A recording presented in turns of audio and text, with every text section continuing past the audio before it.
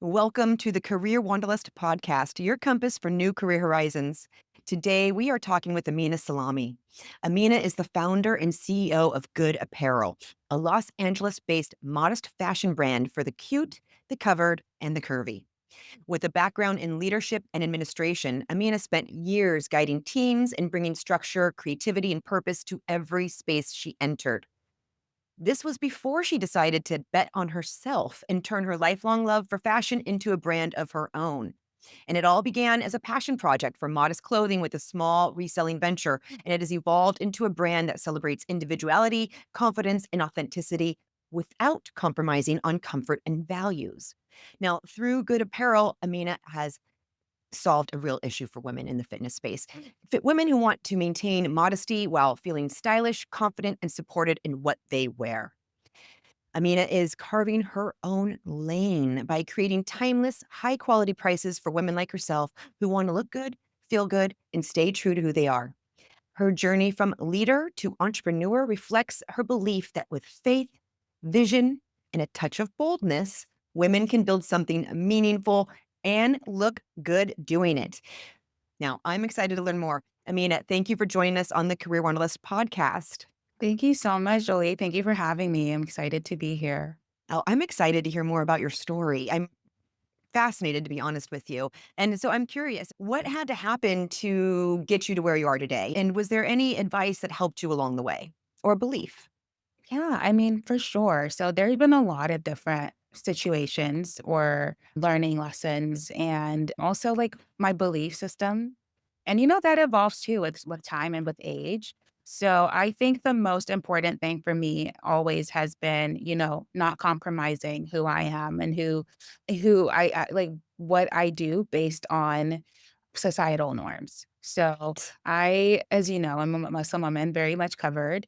I haven't always been covered. So that was something that became very important to me, like early college-ish age.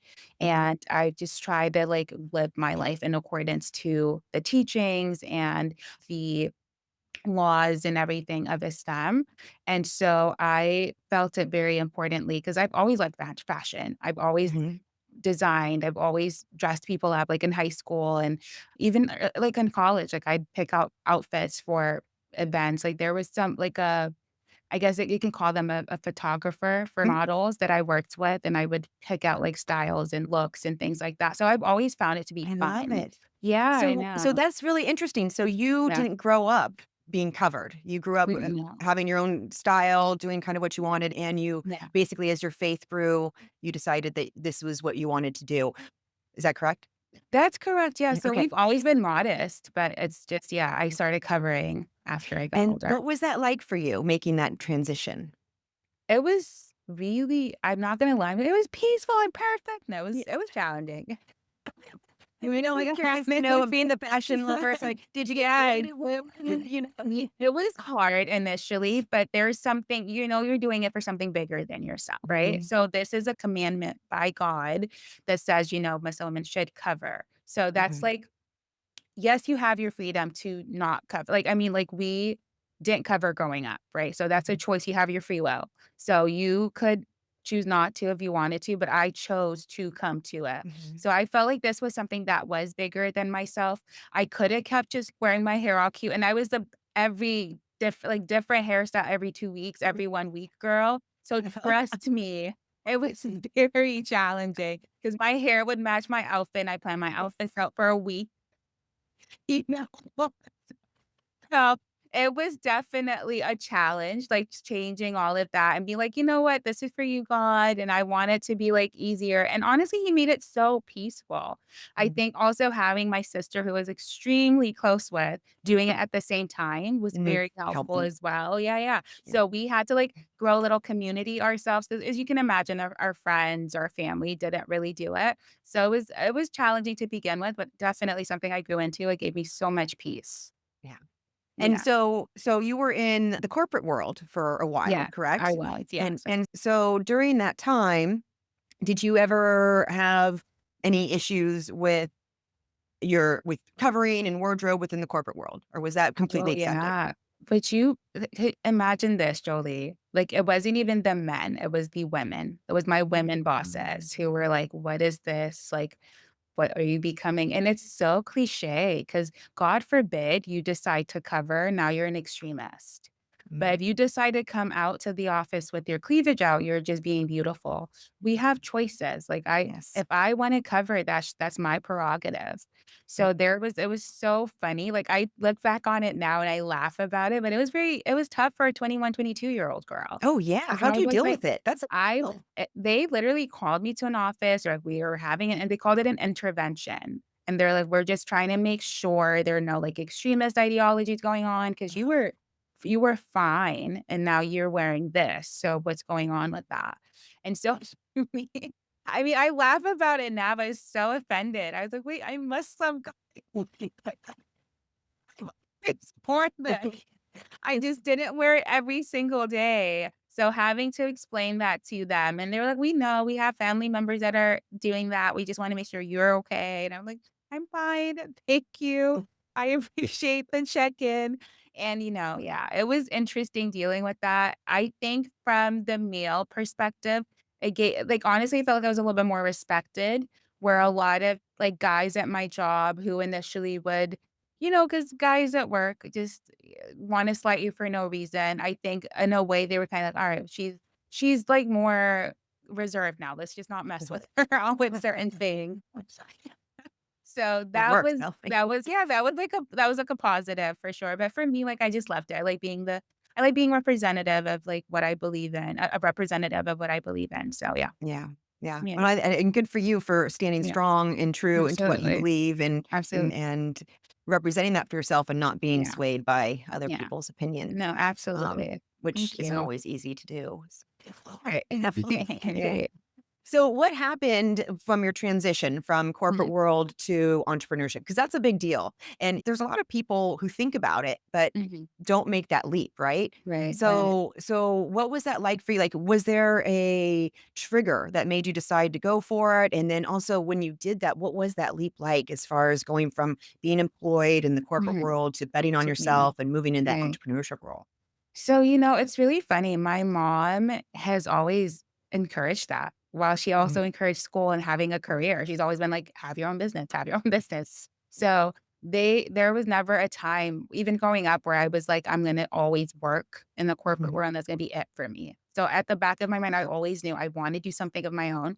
It just kinda had to happen organically. Mhm. So, I kinda, in a way, wish I started sooner because honestly, they're different personality types, and had I maybe gone into business sooner, I may have not ran into the issues that I did with, like, corporate and, like, the structure and all of that. I like doing my own thing, and I think that's why I thrived really well in leadership and got into leadership roles easier, but I think that the autonomy that business gives me is 1,000,000,000% my personality. So yeah, my only thing is if I had gone into it earlier, but no, it was something that I always wanted to do, and, my mom was my biggest inspiration, and her mom was a businesswoman. Her mom's mom was also a businesswoman who I was lucky to meet. So it's just kinda something that ran in the family and something I always wanna do. That's a blessing. That is Yeah, a for blessing. sure. You don't always have the support in those situations, and it Absolutely. makes a world of difference. Were Yeah. you nervous about making the jump? Now, how did Oh, you do it? yeah. Did you do it slowly, or did you just Oh, make the yeah. leap and, like, make the cut?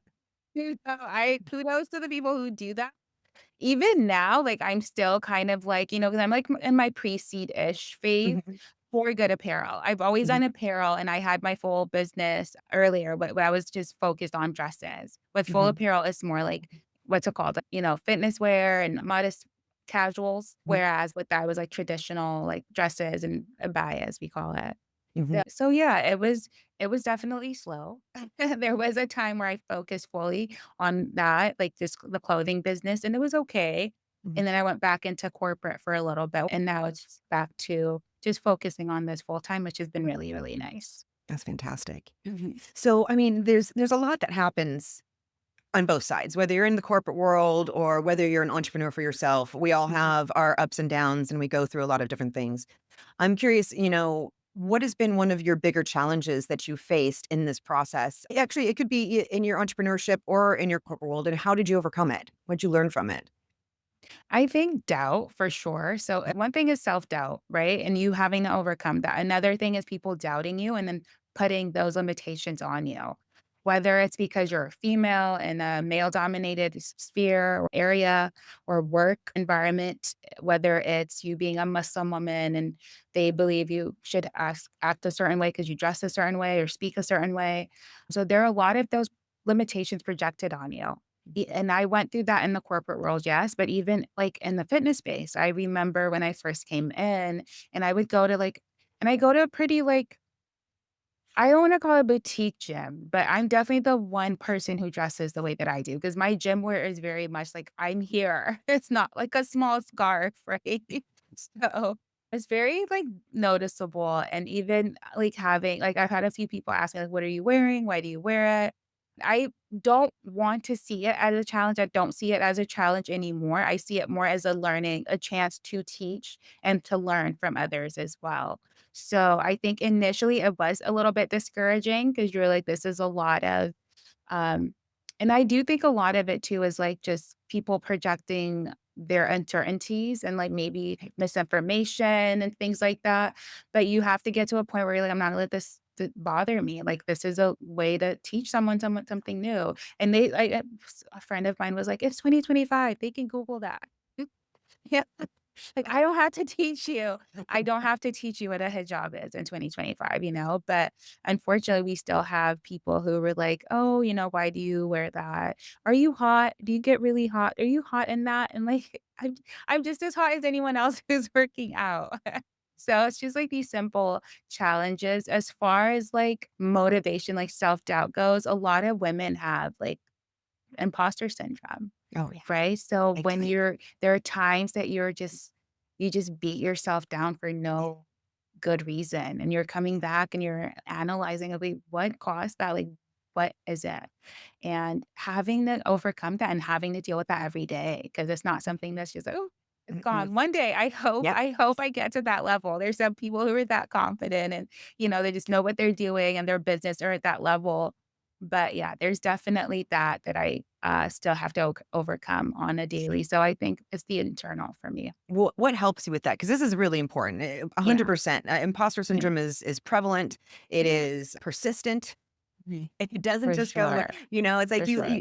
I've learned that I have imposter syndrome and then I'll push past it. I'll push past it and I'll get over it. But then as soon as you stretch into something new again, Yes. Yeah. it comes back. Brand it comes back, It's right? the friend for growth, right? Yes. No, So honestly. how do you deal with it? What helps you? Because I know Yeah. this is something that a lot of people deal with. Most For people deal with it. sure. For me, a lot of prayer, Mhm. a lot of, there's something that Tina Knowles, Beyonce's mom said, and Mhm. I didn't pay attention to it, but she was like, I had that too. And I was like, what? You're a whole Beyonce's mom. Like, what are you? You know what I mean? And she was like she had to write a little list of all the things that she's good at and all the things she's accomplished. And she's like, "I raised great children. I did this. I did that." And she was like, "That really helped her." And that's helped me. I'm like, "These are the things that yes, we have all these other areas where we think like we're not really amazing at, but these are the things I've accomplished." And also tapping into other women, like, that little group of women we were with where Mhm. you can like see your reflection in them and be like, this is someone absolutely amazing. If I respect them and I love them, and I think they're so great at what they do. They're pouring that into me as well, then I have no choice but to believe it, you know?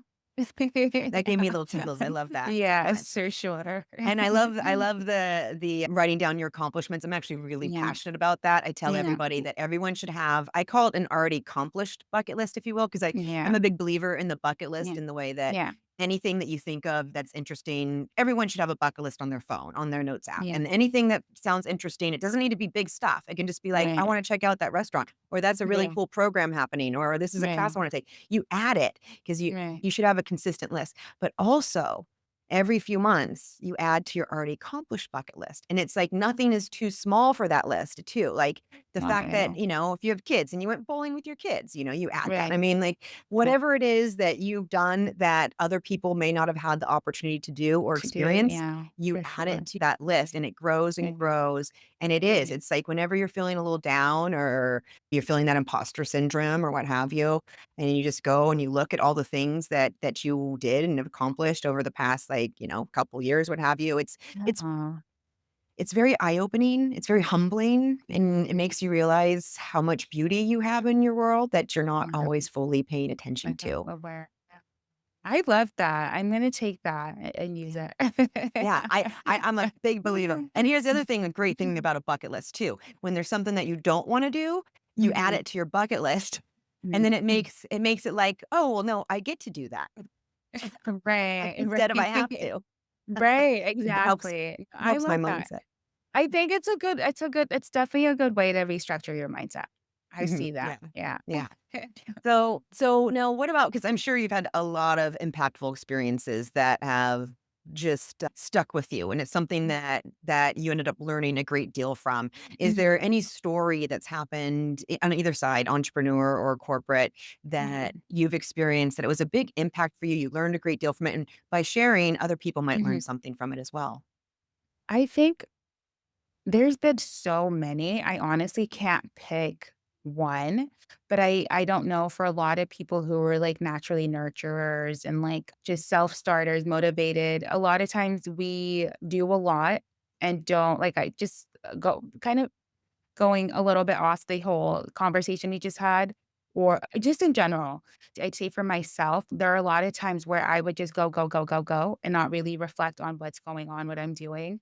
And what really helped me was people, like a lot of people I didn't even know or didn't think about coming back and be like, hey, what you did really, this is what it did for me. So I'm a big believer in letting people know how you feel, what you did for them, like how much you appreciate who they are. Not just your family, not just your friends, like a stranger. I'm like, you could literally go to a show and meet someone and be like, look, what you did for me did A, B, C, D, E. Because a lot of times you don't see that yourself. So I think that's been impactful as far as like my nonprofit work, right? With my business, a lot of it too has been just oh my god, like, you're actually doing something impactful for it hasn't just been women that cover. It's been non-Muslim women, women who don't cover, it's been men, surprisingly, who were like, "My wife would like this, my sister would like this, my mom would love this." And that's been so motivational for me. I think that at the end of the day, our goal is to just touch people, inspire, help, just make someone's life better. And if you're getting that feedback, like, what you're doing actually is doing something for me, that's amazing. And ultimately, you want God's pleasure, right? So that these are the signs I would say, like, hopefully, I pray yeah, that, that he's I love pleased it. with the efforts. Yeah. I love it. I'm right there with you. That is Yeah. what life is about. We're here Yeah. to send, I like to say, send positive ripples into the world as much as Right. possible. Right. So, Right. Right. Absolutely. yeah, I think that's beautiful. Thank you. So what now with Good Apparel, where can people Yeah. find your product? And you mentioned this isn't just product for Muslim women, Yeah. it's It's for for all kinds of everyone. people. Yeah. So tell us a little bit more Absolutely. about Good Apparel, how they can find it, and who's going to be interested Of course, of course. So good apparel is for everyone. I do cater to women who are, believers and women who work out, but we have a casuals line, which is for everyone. So it doesn't matter what you believe, doesn't matter what you don't believe. Like, you're welcome to shop good apparel and be a part of that whole movement. So we did start with just the casuals for now, and the pieces that I told you about that I came on that show for Mhm. is what I'm still working on. That would be the modest workout line, modest workout pieces for specifically women who cover. And like I said, I've met women who were not Muslim who were like, I would love to wear what you're making based off the prototype, based off, the material it's made with. And so, yeah, you can definitely shop at to get our t-shirts. Definitely support, especially if like you're big on faith. There's a lot of faith-based stuff there and like workout fitness stuff and a lot of California themed Oh, perfect. hoodies and shirts and stuff too. Perfect. So if Oh, you're that's good to know. here and you wanna, yeah, and you want to bring something home, like a good gift for your family members, you can find it on our website. Oh, fantastic. Yeah. I'm curious, have you been using AI at all to help you with your business? AI is definitely helpful. I try to be authentic with everything, and I haven't gotten to a point where I'm able to really tap into the mastermind of AI-ness. Mhm. You know what I mean? Yeah. Like I still use it kind of like the premature like Google way, if that Mhm. makes sense. But there's so much more you can do with AI now. You know, I saw someone who has like AI models and there are Yeah. people who have, like, AI, like, backgrounds, and I'm like, "Look, one day," but It's fine. like, I do something on my Instagram page where it's, like, daily quotes, like, something I motivational, something love it. yeah, please follow Good I will. Apparel LA. It's just at Good Apparel LA. And so, like, it could be related to fitness, could be related to just happiness or anything that has to do with good and good apparel, because that's the whole reason I chose the word good, right? It's just Mhm. everything good. And so, yeah, AI, yes, in that regard, could potentially help with, like, something like ChatGPT, by giving you, Mm. like, this is what, people in this area like to hear, like to see. So and like doing research like SEO Yeah. and stuff like that, I think it's been helpful. Mhm. Overall though, I haven't gone to a point where I've integrated it as much as I would like to, I would say, Mhm. just to That's just okay, to boost my yeah. at this in this day and age, it's, you can be like, "Hey, everything is authentic with good apparel." Yes, And yes, yeah. I love that. Yeah. That's that's a big stuff. Yeah, yeah. That's absolutely perfect. Okay, so Hey, goodapparella.com is where they go. Is mhm. that correct? Yeah, Okay, perfect. that's correct, All yes. right. All right. Well, now before you go, I always love to ask people because I'm very passionate about how you feed your mind, right? Because Mhm. I mean, we're being fed information constantly without our permission all day Yeah, long, and absolutely, most of it isn't serving us. And so right. I like to know, is there anything that you have read, watched, or listened to that had a positive impact on you that you Mhm. think others could benefit from as well?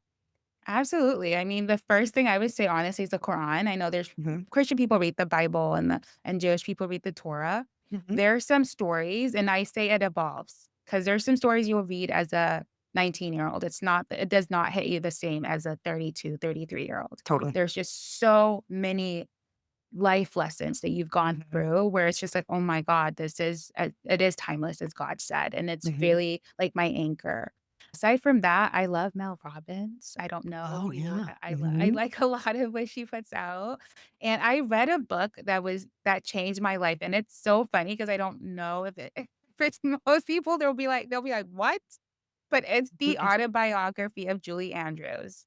Oh, interesting. I miss them. That's interesting. But tell me why. Tell me why. What did you love about it?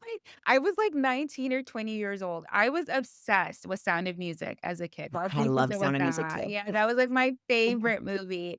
And then, it's Julie Andrews, she was in Mia Thermopolis. What was that movie? Princess Diaries. Yeah. Oh, yes, She's yes. been, so she's just been kind of like a prominent face and someone I've Mhm, always liked. And so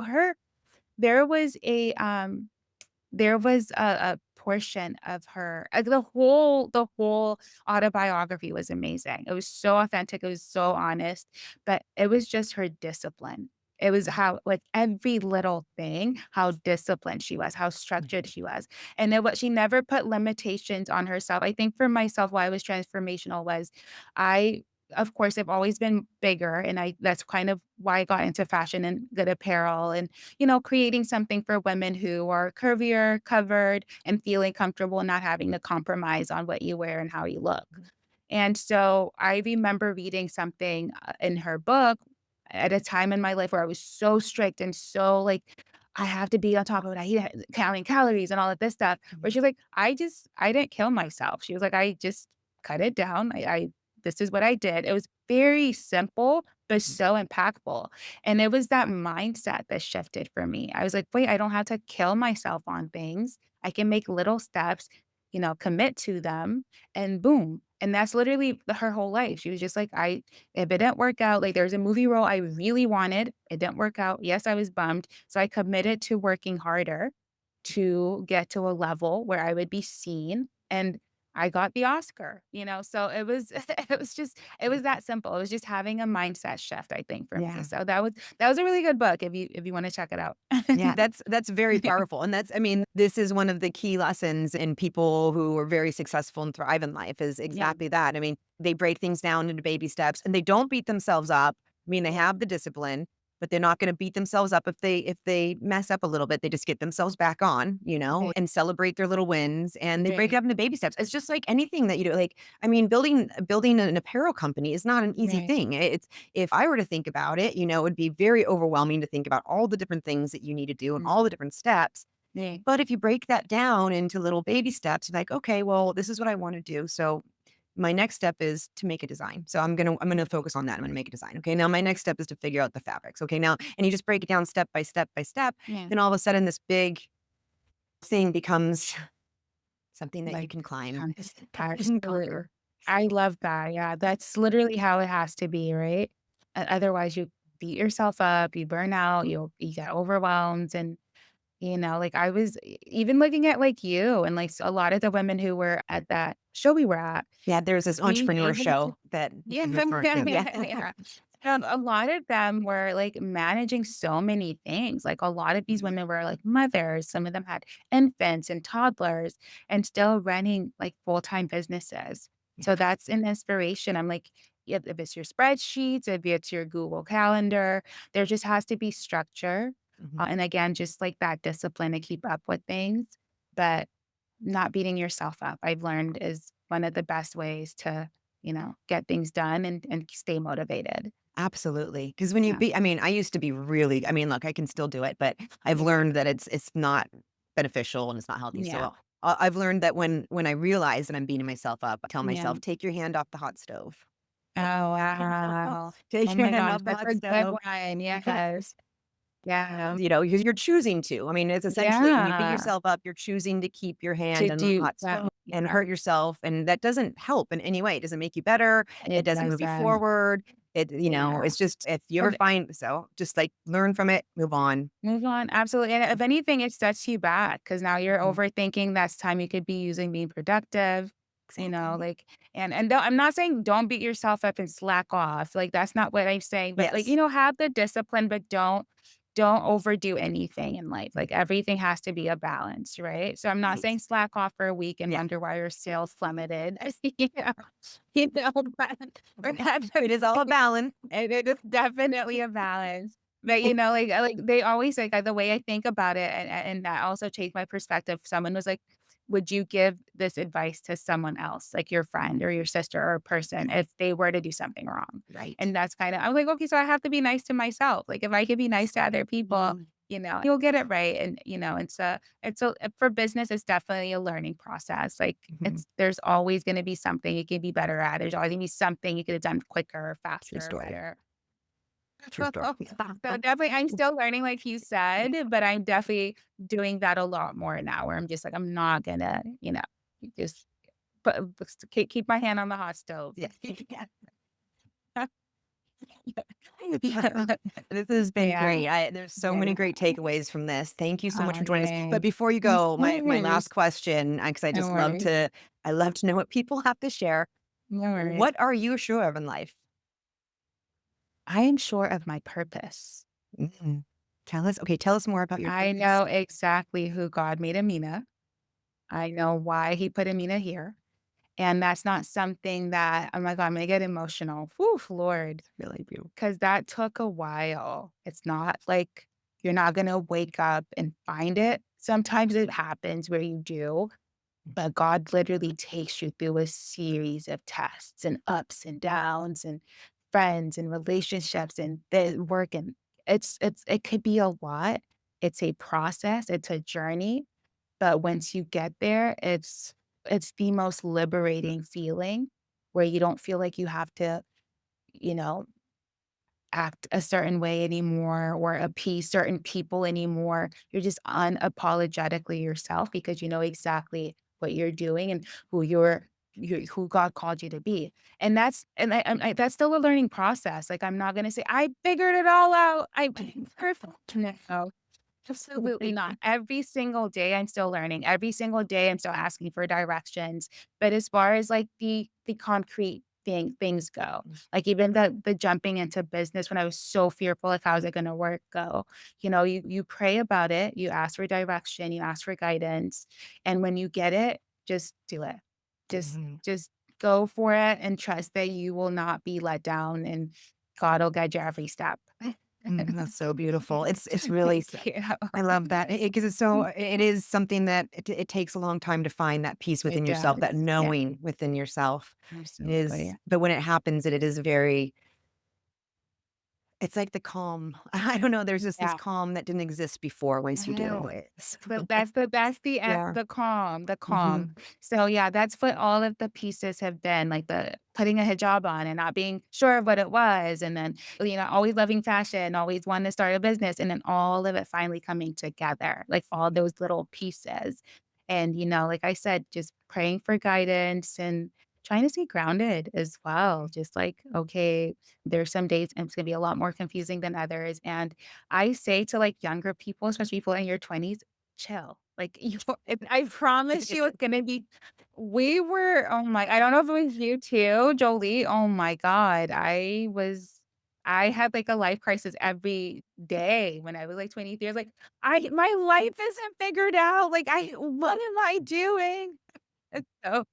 So you're not gonna for some people, you do. For a lot of people, you don't wake up and it's just there. So it's Yeah. definitely a No, process it and is a God will get me process. there for sure. A process of finding yourself for sure. Yes, Yes. for sure. But it is highly worth that process. Yeah, Finding yeah, yourself. for And it is sure. that going inside. It is the going deep. But like you were talking Absolutely. earlier about being super busy and you Mhm, go and you go and you go and you're not really paying attention to yourself. And mhm. so I find it's a lot of that of like taking a break, Yes, taking a breath, yes. coming inside. What's happening here? Mhm. Yeah. Yeah, for So really sure. beautiful. Thank Thank you you. for coming. Thank you, It's been Jolie. wonderful, Amina. Thank you for joining Aw, thank us on you. this podcast. Thank you so much for having me. This has been amazing. And yeah, I would love to talk to you more sometime. Not even on the podcast, girl. Let's Yeah. talk about the show. We know, yeah. There's still a Yeah. lot to say. There's a great entrepreneur show coming out that the listeners might be interested in checking out. Yes, for sure. Check it out Yeah. for sure. Yeah, it'll be Definitely. called We're Project all Empire. excited. Project Yeah, take Empire. We're all excited. take a look at it. There'll be a lot of very fascinating women and I'm sure Ooh. some interesting challenges to check out. Sure. Definitely. And something we're all looking forward to. Yeah, So yeah, yeah. definitely.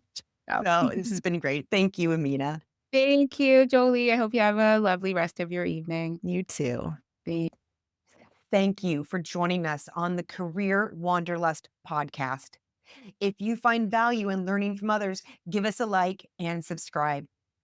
If you're looking to grow your communications, marketing, public relations, or sales and biz dev team with the best talent and quickly, check us out at paradigmstaffing.com and submit a request. We are wishing you a most successful and fulfilling career. Until next time.